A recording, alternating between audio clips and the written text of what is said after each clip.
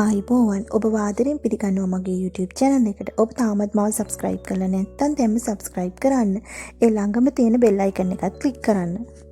අද අපි බලමු ගෙදරදී පහසුවෙන් rose water හදාගන්න විදිහ. ඊට ඉස්සෙල්ලා අපි බලමු rose water වලින් අපිට තියෙන ප්‍රයෝජන මොනවද කියලා.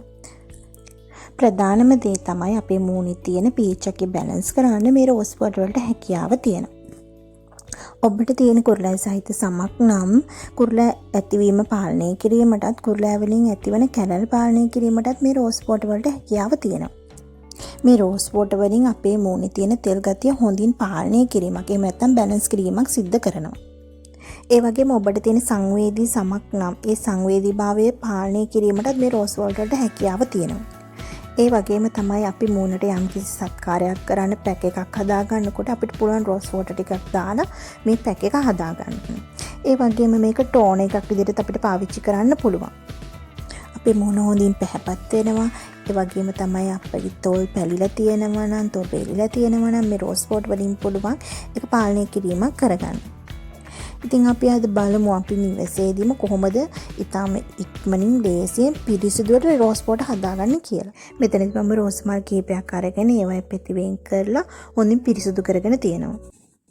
මම මුලින්ම මේක හොඳ පිරිසිදු පාත්‍රයකට දාගෙන වතුර අඬු කෝප්පයක් විතර මේකට දාගන්නවා. දැන් අපි මේක ලිප් එක තියාගෙන වතුර ටික හොඳින් රත් වෙනකොට ලිප ඕෆ් කරගන්නවා. දැන් අපි මේක වහලා ටිකක් වෙලා තියෙනවා මේ මල් පෙති වල පාට වෙනස් වෙනකම්. දැන් මේක හොඳට නිමාගෙන පිරිසිදු බෝතලයකට දාගන්නවා අපිට ප්‍රයෝජනෙට ගන්න පුළුවන් වෙන විදිහට. මේ තියෙන්නේ අපි හදාගත්ත රෝස් වෝටර් එක.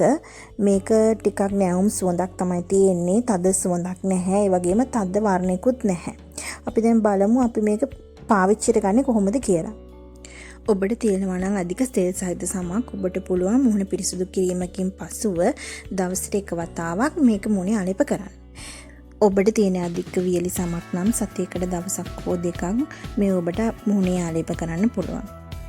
ඉතින් මේ ශීතකරණයක තියලා ඔබට පුළුවන් හදාගත්ත ප්‍රමාණය ඉවර වෙනකම්ම ආලේප කරන්න. ඉතින් ඔබ මේ වීඩියෝ එකට කැමති නම් ලයික් කරන්න, ෂෙයා කරන්න, කමෙන්ට් කරන්න. තවත් වීඩියෝ එකකින් ආයෙත් හමු වෙමු. ස්තුතියි.